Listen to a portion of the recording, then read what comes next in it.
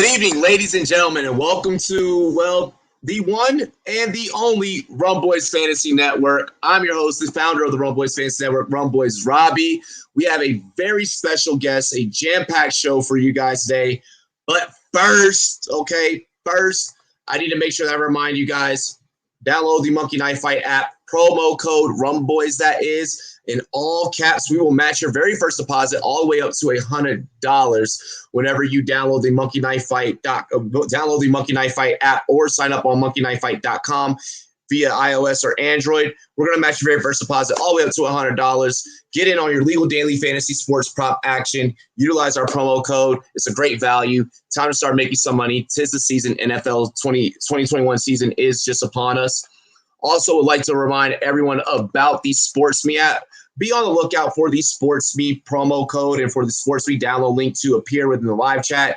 Also on the screen. Link is also in the description. A couple of different ways you guys can download the SportsMe app. Quick interactive content. Drop your sports takes. Drop your sports debates. Interact with some of your favorite analysts across the industry. Get your fantasy analysis. Start, sits, DFS, you name it. We got it all over on the SportsMe app. Interview some of your favorite players as well.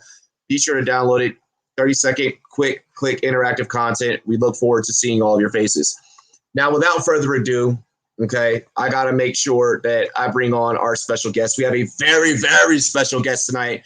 I couldn't be more excited to interview this lady. Supposed to be interviewed about 2 weeks ago, but things happened. So we made it happen for y'all right before the kickoff. Ladies and gentlemen, she's spitting her truth. Sometimes it's the harsh truth. Ladies and gentlemen, Ruth, the truth. But it's never the ugly truth, let me tell you. Never the ugly truth. Yep. Hey, thanks for having me on. I appreciate being on the Rumboyz podcast. Shout out to the audience. Make sure you're interactive in the comments today. Bring us the noise. We want to hear it.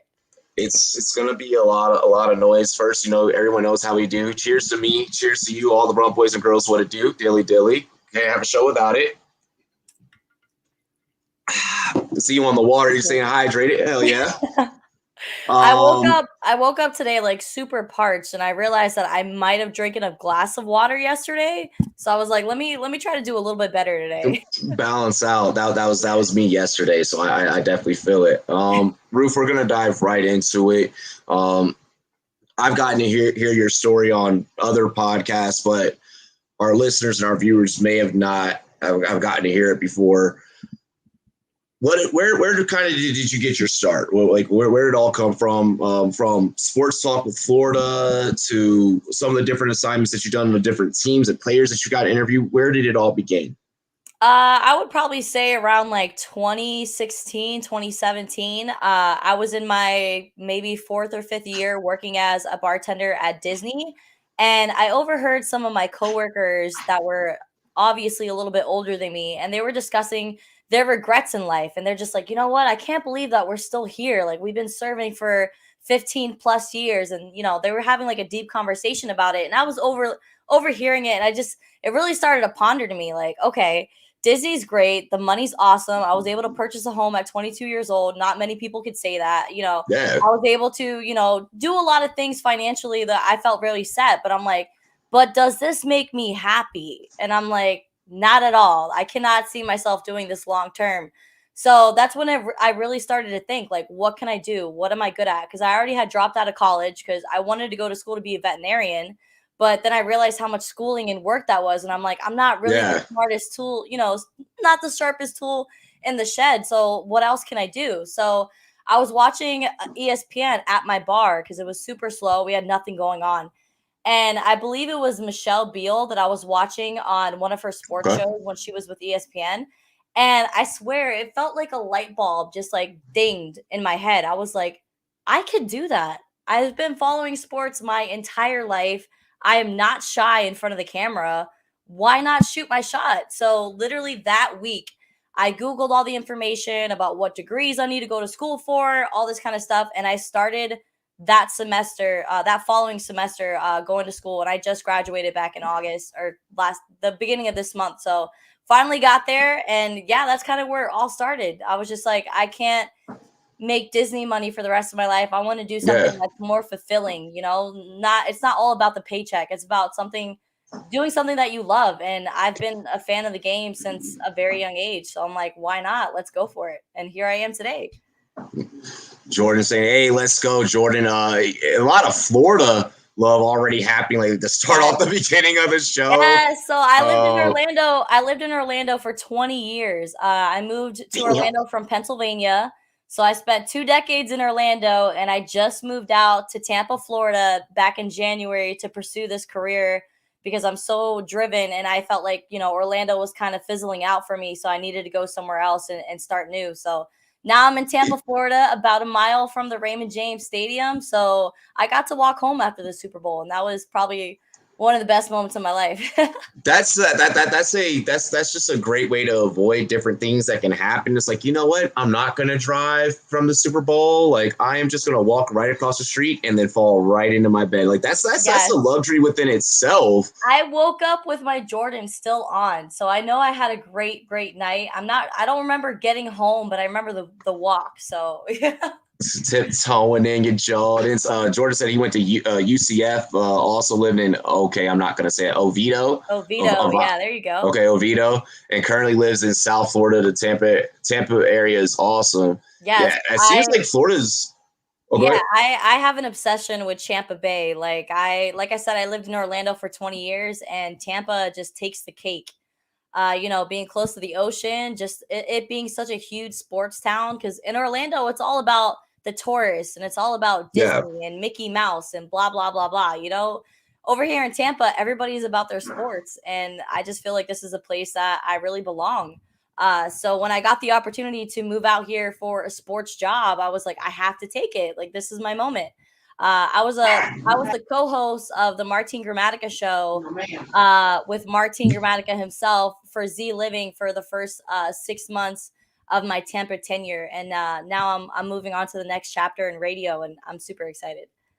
Nice. Hey, that's honestly a beautiful journey. I mean, how did you get into radio? Like you mentioned your camera presence as well. You have an amazing camera presence. Do you prefer one or the other? So I started with radio because the Sports Talk Florida, they were looking for interns, and my sister actually worked for Genesis Communications, which is the partner of the network.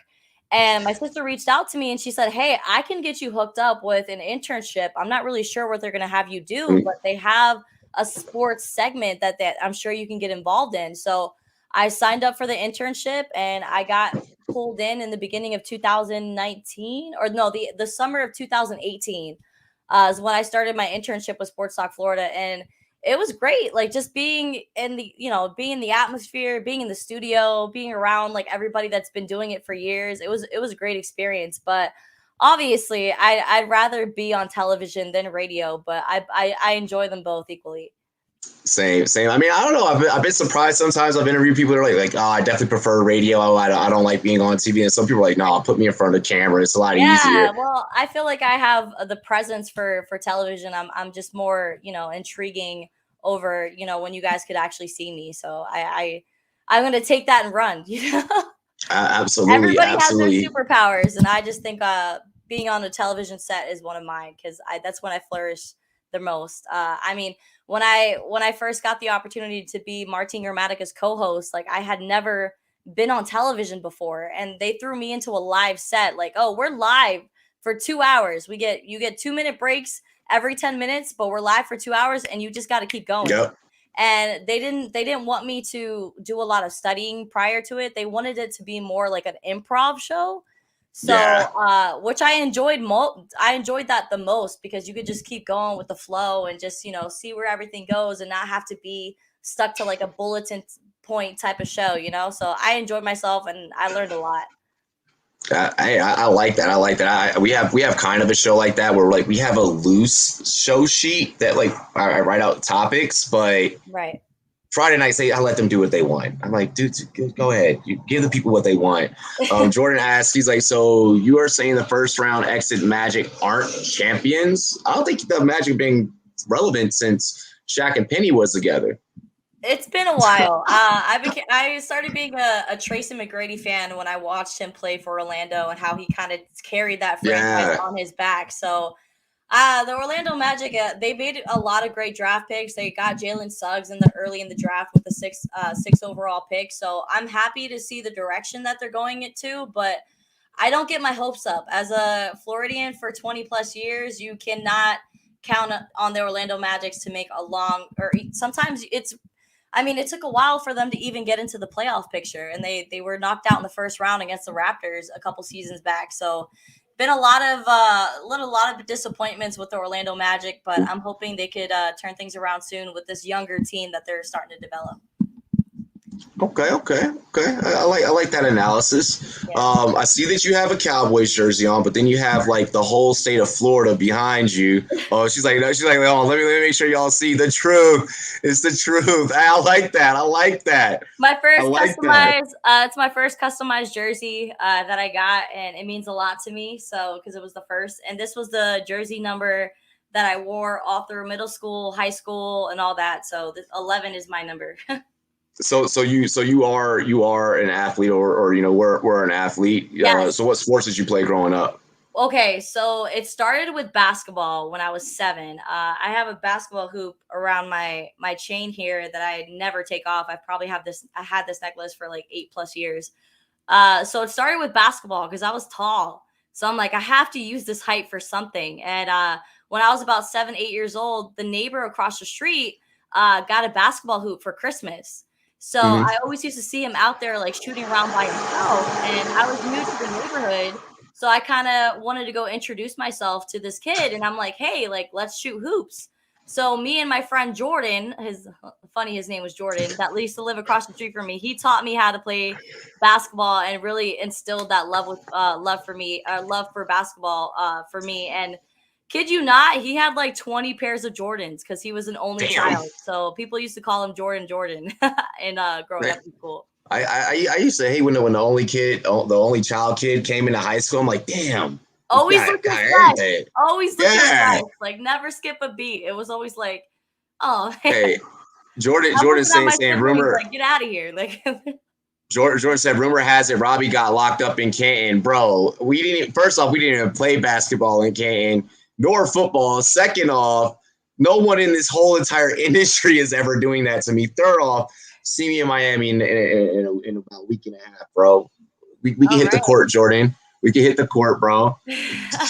Okay, see, look at this. The chat out here talking shit. I don't like that. So I was actually the only girl on my block, and so it was my two older brothers and their 4 guy friends that we were all around the same age. So it was me and 5 dudes growing up. So I was like, I learned how to play football, kickball, baseball, softball. We did everything, and that's kind of like how I became an athlete because. The new generation is all about being inside and playing video games. But back in the 90s, it was all about going outside and getting dirty. So, the new generation is different to me. Yeah, the new generation is different. What was it really quick? What position did you play in basketball? I think you played. You said you played flag as well, right? Yeah, flag football. All through high school, I was the quarterback for our varsity team in high school because I do have a hell of an arm.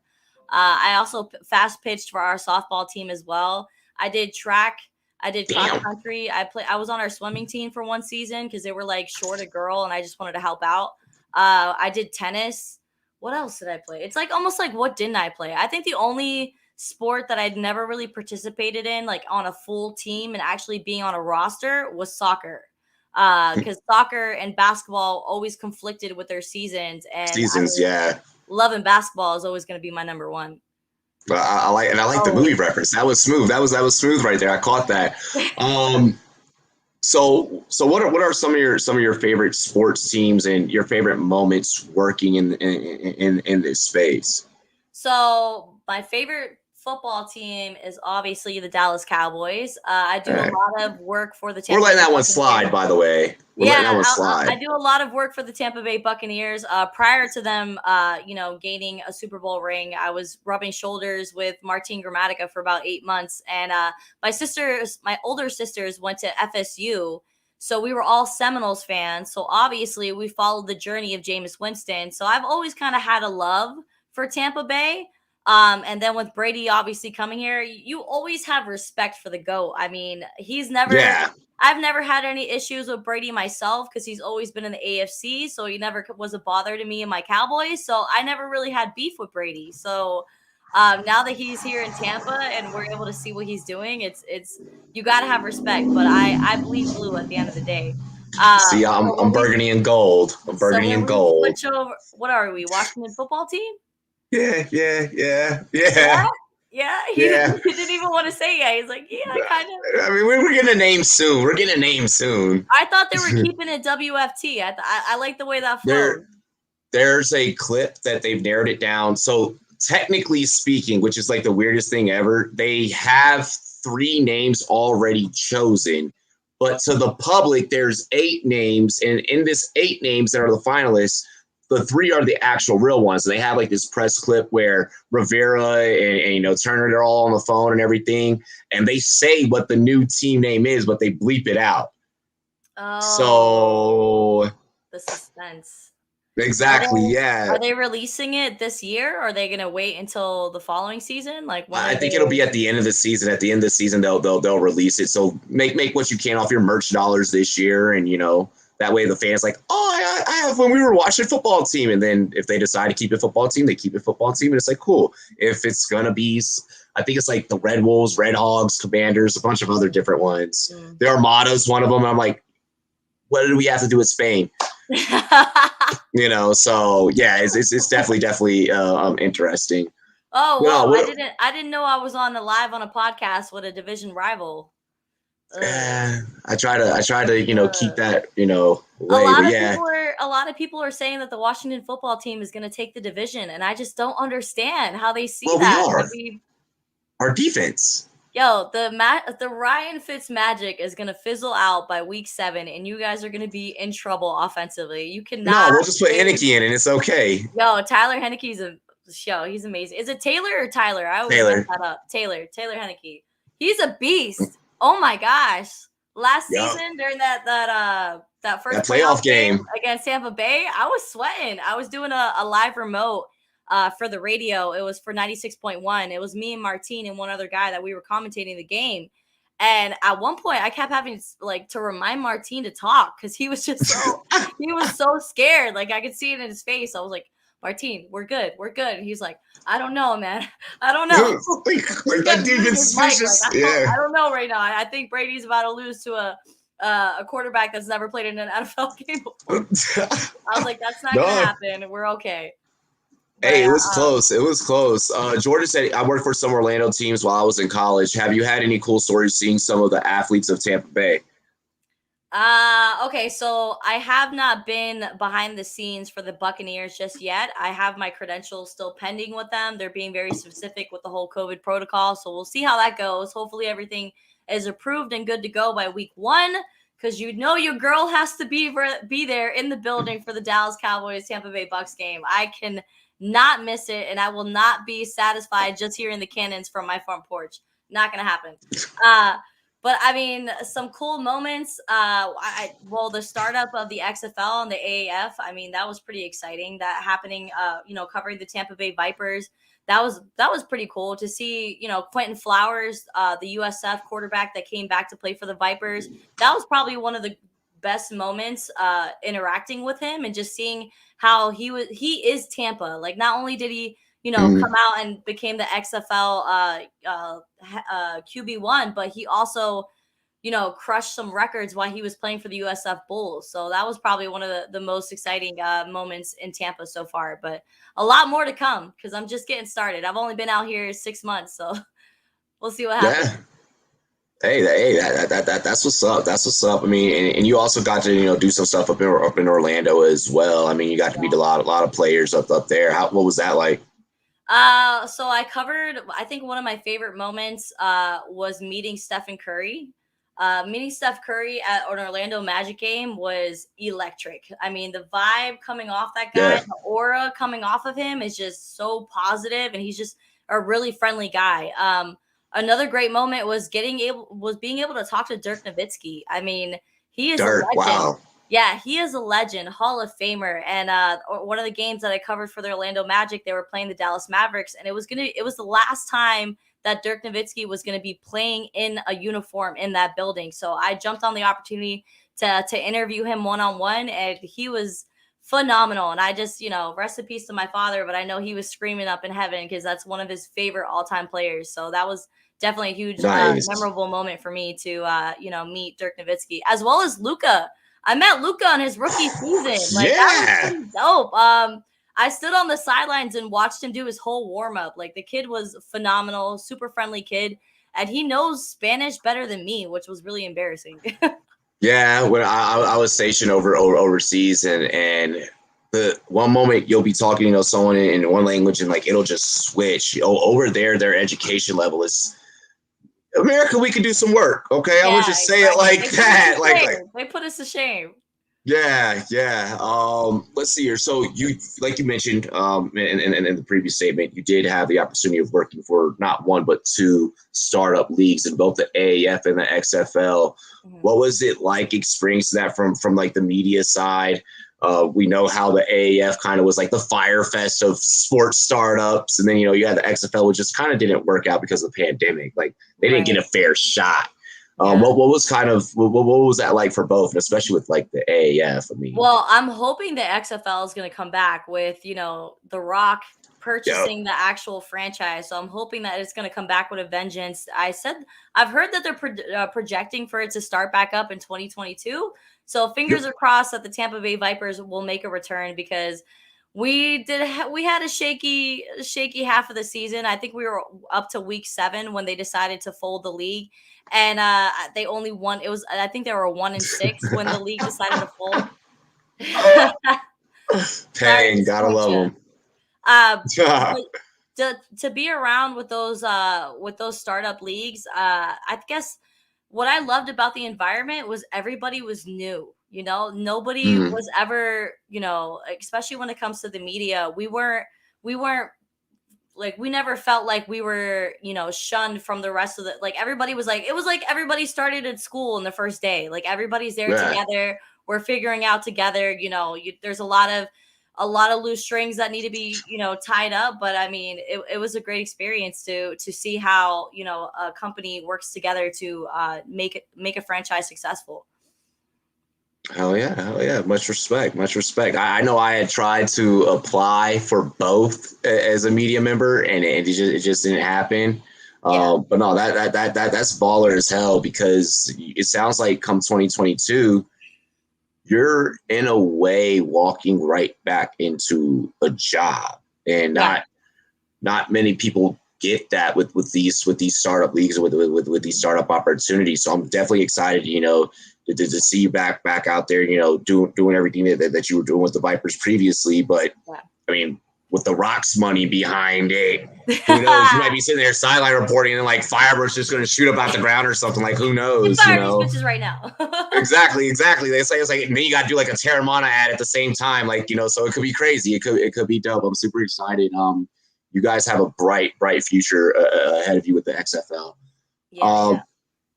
The industry is a super tough place, especially in today's climate. How have you been able to navigate your way around the industry? And I'm just going to be completely transparent and just blunt and blatant, especially as a female. Like, you guys have it a lot significantly tougher. Our industry is a male-dominated industry. Hell, it's unfortunate I'm interviewing you like right now, and it's like, we need more representation. So how have you navigated that, and what has it been like? Well, it's been quite a journey. I mean, when they try to warn you about the things that you're going to hear from, the male-dominated industry and how people are going to treat you, you never really take that stuff serious until you're actually in that predicament. But I've definitely learned in the past couple months that I'm a lot stronger than I thought, and I'm a really tough cookie. And that's something that I'm definitely going to need to survive in this industry, because there's going to be a lot of critics. There's going to be a lot of people that are telling you you're doing something wrong. There's going to be a lot of, people that tell you that your ideas are stupid and things like that. And I've definitely just learned to like navigate through everybody's negativity and come out at the other end with a positive. For example, for the company that I was working with for prior to me, working for Bucks Report and Sports Talk Florida again, they hated the name The Truth. They thought that it was very immature, that it was kind of tacky. And they were like, we want you to kind of evolve into like a grown kind of persona instead of this kind of childhood name that you've had for a while. And I was like, okay, I mean, I guess I understand. I'll take your criticism and I'll kind of process it and turn it into my own. But I knew that with them being unhappy with it doesn't mean that I need to change what I'm doing. Just because a certain someone, wants to pick and tell you you're doing something wrong, it doesn't really mean that you got to fold your ideas and start from scratch. So I kind of stood by it and was like, you know what? I really like The Truth. I'm going to keep it that way. And lo and behold, I just got offered a radio show called The Truth. So it's kind of ironic how one company was like, it sounds stupid. And the next company is like, oh, this is hot. We're going to run with it. I find that very interesting because I relate to that very well. Yeah. I'll find that one company may not like, the whole Rumboyz image or whatever the case, but then another company, or another brand or another, channel or whatever the case may, I like what you said about, just kind of sticking to your brand and what, you've done and what you have going on, with the whole, with the Truth brand, because it really is, yes, it's just you and your personality and, a nickname that you've had for a long time, but it's evolved to where likeness is now in exchange for sometimes profit, sometimes opportunity, whatever the case may be. We see the same thing that these D1 players are dealing with getting paid for likeness and stuff. We're in that same boat. Mm-hmm. So I find it interesting because it's like, okay, well, Channel A over on YouTube may not like, the whole Rumboyz thing or whatever, but NFL Network is like, yo, you want to work? That's what I'm saying. Exactly. Yeah. So like you never really know. And that's kind of one of the things I've always preached is like be yourself, stick to your guns. Yeah, at all times. Like you never, ever, ever know what opportunities are going to come knocking on your door. And then once that first opportunity comes knocking, then all the big ones and all the major stuff starts coming. And then it's deals and it's sponsorships and it becomes a snowball effect. Yeah. So I really like that you I really like that you did that. Like you stuck with the truth, like, no, I'm going to give you the truth. Sometimes, it could be the harsh truth. It could be, it's never going to be the ugly truth, how you say, but like, it's real. And fans react to that. Fans react to passion, and you have a lot of passion. Like we see it on your content, on your Instagram, on your Twitter, and just everything that you're doing, with radio, also, I remember, I listened like a while ago with the Gronkowski show with it's Chris, right? You were on with Chris. Yes. Yeah. Chris is fucking awesome. He's so amazing. Yeah. How's that been? Like, how's that journey? Like you're working with Gronkowski. So I'm still doing the Tom Gronkowski show. It's Tom, my fault. Yeah, the Tom Gronkowski show. I started that with the Sports Fan Base Network Rhode Island, which is now called the Fans Only Sports Network. So I'm still doing that. We're trying to go live a few times a month. Obviously, during the off season, there wasn't a lot of football to talk about because it's a very Bucks heavy contained show. Because we like to talk about, Tom Brady and Rob Gronkowski's journey from the Beantown to the Bay. That's our bread and butter right there. So we had a little bit of a slowdown during the off season, but we're starting to pick things back up with the regular season kicking off in just a few weeks. So yeah, it's been good. It's been a great journey. I mean, I just think that podcasting just helps you prepare for what's next. And I hated, with the last job that I had, they made me shut down all my podcasts. I was doing one with Kaylee Chikoski called The Beauty and the Cleats. And then I was doing the Tom Gronkowski show. And they were like, hey, you know what? You should probably just eliminate those. They're taking up your time. They're creating bad habits that we're starting to see in the studio and blah, blah, blah. And I was just like, well, technically, you guys found me on a podcast, right? Yeah. So it's like, how could you really say that it's the wrong thing to do when it ended me here on a live television set? Like, I never really understood that. So I kind of felt like it was more of a control thing and it was more of like a containment. I mean, it became blatantly obvious when they didn't even want to put my full name on the television screen ever. As we were live for a whole 2 hours, they would never put my name on the screen because they didn't want to give me that publicity. And I kind of just felt like it was just more of them trying to just contain me and keep me in a bubble and just keep me in one place. And that, I continue to podcast because it just keeps putting myself out there, keeps putting my content out there, and I'm getting a lot of great feedback. So obviously I'm doing something right. So it's another moment when you kind of think like, all right, well, somebody may not think you're doing the right thing, but if you truly believe in what you're doing, and if you're putting a step forward every time, then you just got to keep running with it. Hell yeah. You're definitely running a brand. Like, you've definitely transformed Ruth the Truth into a brand. And that's absolutely beautiful. That's the goal. I want to start out my own website. It's going to be thetruth.com and things like that. So I'm just slowly starting to develop myself. Right now, I'm not wearing the chain, but I do have a necklace charm that says the truth. And nice. So, yeah, I'm going to keep running with it. It's something that I've dreamed about for a long time. It's something that kind of clicks in everybody's mind, like the truth, Yep. I as a kid, I used to hate my name. Like, everybody used to make fun of me, like, oh, Ruth, baby Ruth, and all that kind of joking around. Yeah. And as I became an adult, I was like, yo, Ruth is a really strong name. So that really fits me perfectly because I'm a really strong chick and I don't take anybody's BS. So, you got to stick to the truth at all times. You even twisted that marketing into your Instagram handle. It's I want to make sure I get it correct. Actually, if you want to sports truth with Babe Ruth. There we go. And I love that. Instagram. That's the Instagram handle. Make sure to follow me on Instagram. I'm still trying to grow my Instagram following. I'm not the best when it comes to social media, so I'm still trying to learn to navigate how to gain followers and hashtags and all that work. But yeah, follow me on Instagram. I'll give you a follow back. I'll be doing a lot of IG lives with Bucks Report, with Tampa Bay Sports and other networks. So we're going to be doing a lot of collaborations during the football season. So stay tuned for that. Just killing it. I love it. I try. Penny said, I only use MySpace. He is a comedian. That dude. I'm not gonna lie. I tried to log into my MySpace like 6 months ago, and I couldn't figure it out. But it's still up and running. Believe it or not, like it's still there. It's still there. Yeah, it's still a thing. It's still a thing. Figure out. I'm like thinking in my middle school mind, like what would I made my password in middle school? Like I have no idea. I tried the same thing, and I was like, you know what? I'm not even gonna try and worry about getting these Flashback Friday pictures. Like, just let everyone else on Twitter have fun. No one needs to see what I look like at 16. Oh my gosh, no one wants to see that. Let me tell you, I did not always look like this. I was definitely an ugly duckling growing up, and I was as skinny as my finger. Like, that's me. Like, hey. I was tiny, at 5'8", only weighing 125 pounds in high school. Like, I look like you could just blow me over. So the older I've gotten, I'm aging like fine wine. So everything's all good here. Hey, it is what it is. In my position, as they say, black don't crack. So, Yeah. The industry, wait, wrong question. I was about to read the question I just did. Well, rookie mistake, right?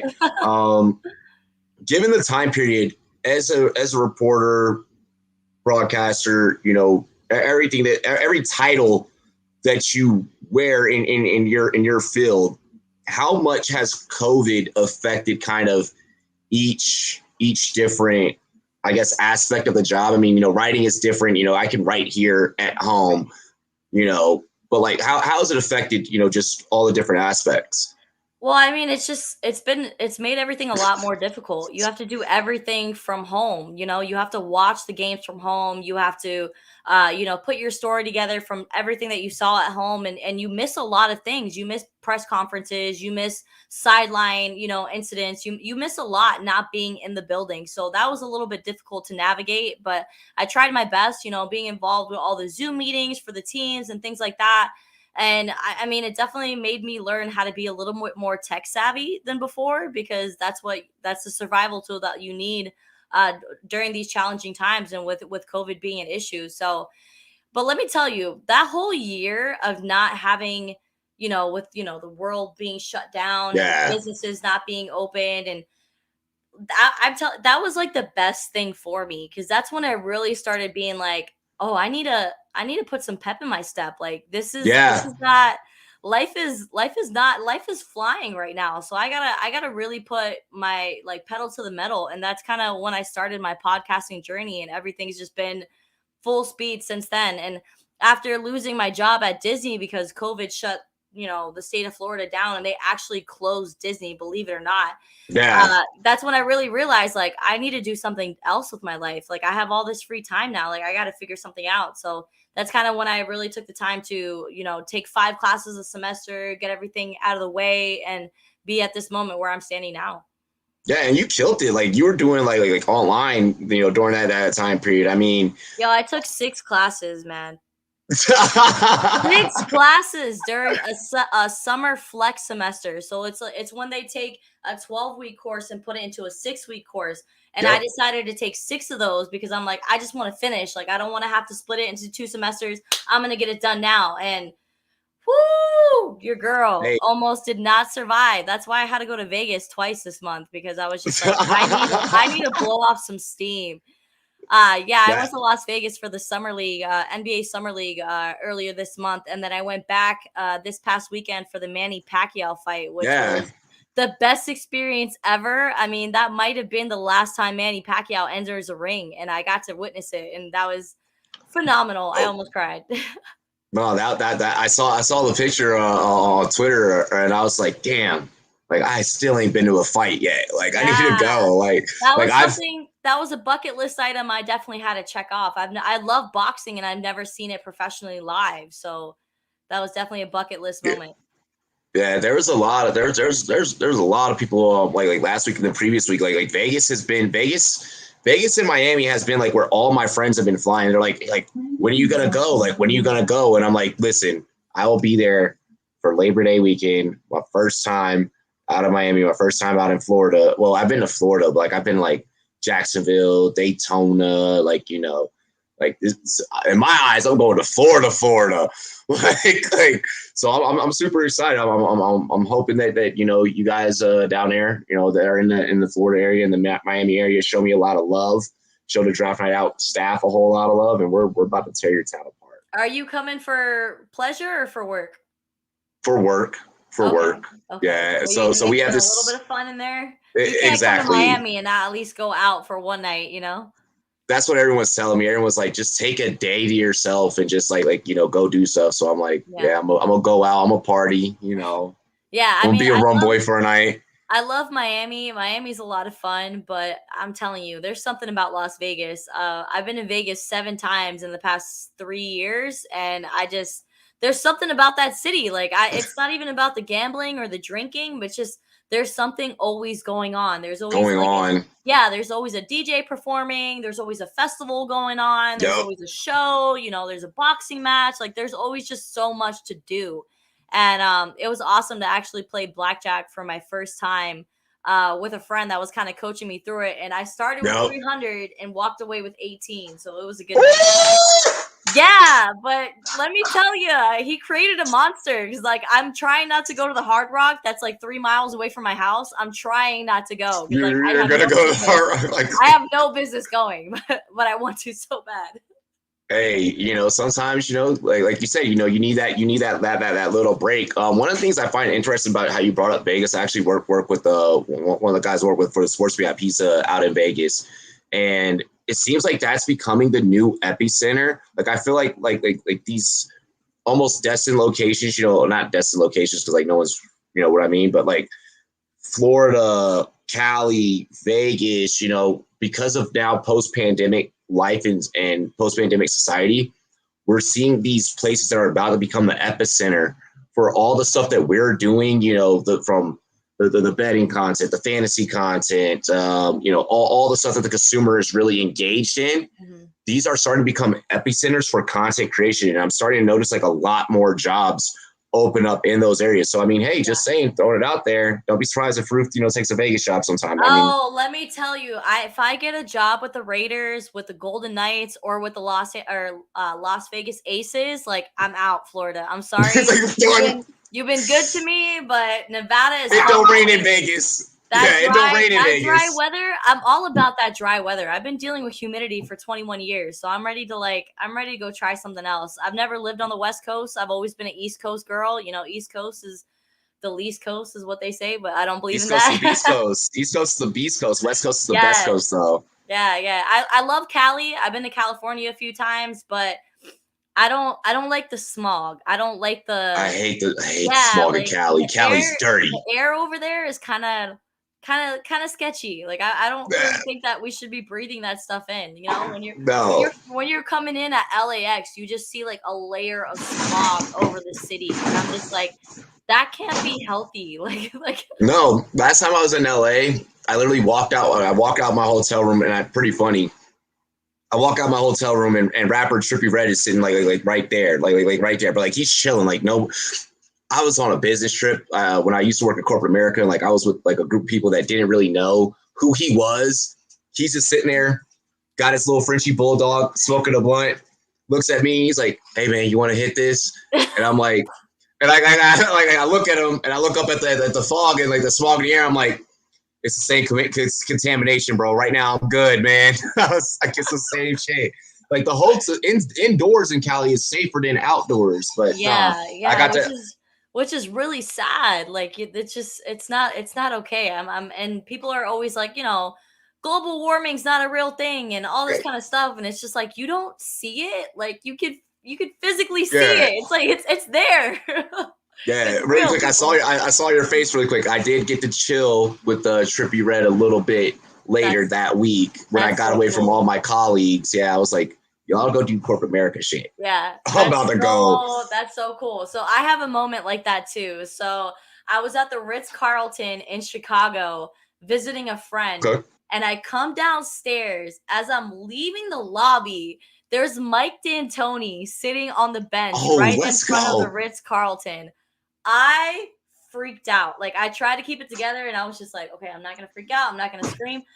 He was reading a newspaper, like old school, like legs crossed, reading the newspaper, like just chilling.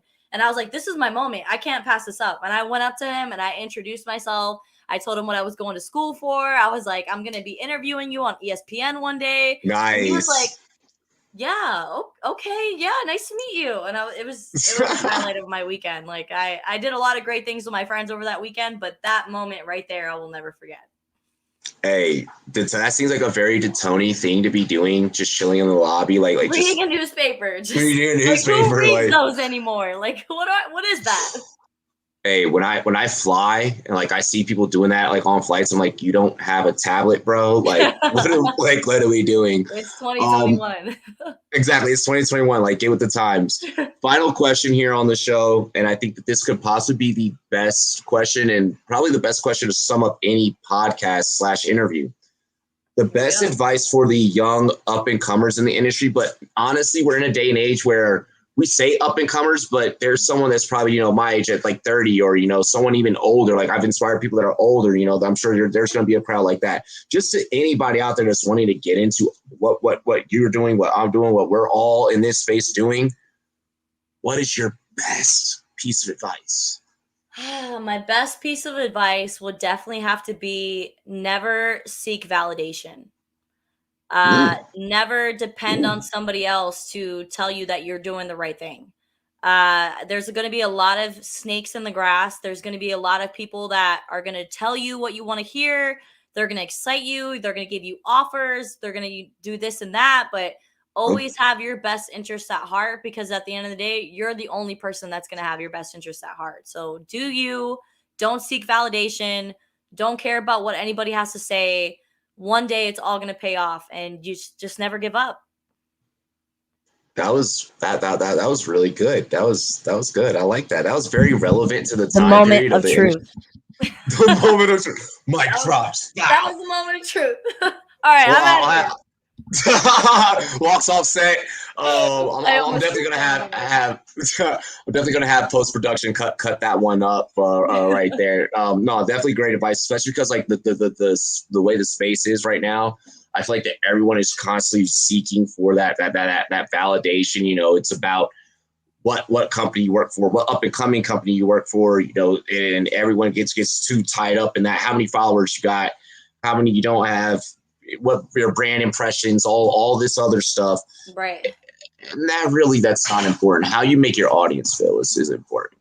Right, exactly. And the relationships that you make in the industry is extremely important, because when it comes down to it, it's all about who you know, it's not about your knowledge and how many stats that you can memorize and all that kind of stuff. Yep. It's all about the impressions that you make on the right people. So Absolutely. that is something that's definitely helped me out, because I'm not, like I said, I'm not a super stats person. I'm not, all about the numbers and all that kind of stuff. I'm more of an opinionated sports broadcaster. I just like to bring my opinion to the table and just bring relevancy to the game. And that's what I want to do every single time. And with some people, a lot of people just get caught up in the numbers and, oh, you got to be specific, and, oh, you were wrong, it wasn't on 3rd down, it was on 4th down, and things like that. But at the end of the day, that people watch ESPN for that kind of stuff. We're here to podcast and just entertain people, entertain the sports people, and for the fans and by the fans. That's what I'm talking about. That's how we're in the interview, ladies and gentlemen. Let's go. Ruth, where can people find all of your content? Where can our viewers and our subscribers, so that I can share my audience with you, where can they find you? Yes, I am now working with the Bucks Report Network. You guys are going to be seeing articles and things that I'm going to be pushing out. I'm actually starting a podcast through that network called Bucks Babes with Christina, who is the Tampa Sports Bay. You guys can find her on Twitter as well. But make sure to subscribe to the Bucks Report YouTube channel, because we have 13 different podcasts are going to be continuously going live every single night. And we're a very Bucks heavy podcast. So, I mean, if you want to follow the journey of Tom Brady and the Bucks, make sure to subscribe to that YouTube channel, as well as the Sports Talk Florida YouTube channel, because you're going to see a lot of my content for Beauty and the Cleats that's going to be released on that YouTube channel as well. So please subscribe. Make sure to follow me on Twitter. Send me a DM if you need me to subscribe to your YouTube channel. If you need me to retweet anything, don't ever hesitate to ask me. I'm huge on retweeting other people's content, because I think we all need to work together. The sports network is, we're a big family, so we gotta stick together. So follow me on Twitter, Ruth the Truth with 3 H's at the end. As well as Instagram. If you guys like to watch Instagram Reels, I'm going to be doing a lot of, like post-game Reels, pre-game Reels on Instagram. So make sure to follow me on there as well. I will give you a follow back. I don't have a huge following, and I always like to equally follow people back. I'm not one of those like high-nosed people that, don't want to follow anybody back. My ratio. I think that's super lame. So as long as you're not a Washington fan, I'll definitely give you a follow back. That's great. Hey, I love it. One final question. Do you play fantasy football at all? I did for 2 seasons. Okay. I came in dead last the first year, and then I came almost in dead last year. So I might just stop, because I'm losing money. I can give you some pointers. I can help you out. Yeah. The thing with me is, like, with fantasy football, it's like a baby. You got to consistently take care of it. You got to water it. You got to feed it. You got to take people off the bench. You got to play people. You got to pay attention to bye weeks. And it's just, it's too much. I don't understand how people have like 6 leagues in one season. I'm like, how do you keep up with 35. That? You're in 35. 35. Okay, like, so you have all different players in all these different leagues. Mm-hmm. Yeah. More power to you. You must not get a lot of sleep. No, actually, no, I don't. No, I don't. But maybe we can talk about that maybe one day when we continue working together. Yes, Ruth, I greatly appreciate you for coming on today, sharing your story. Interview. No worries. Ladies and gentlemen, this has been the Rumboyz Fantasy Network. This has been Business and Brews with Ruth the Truth. Make sure you guys catch us, whenever we decide to do interviews every Thursday, okay? But tomorrow night, Friday, Rumboyz After Dark, 9 p.m. Eastern, I will catch you all there for all of our wild, drunken madness. Cheers to me, cheers to you, all the Rumboyz and girls, what it do. Dilly dilly, we're out of here. Peace.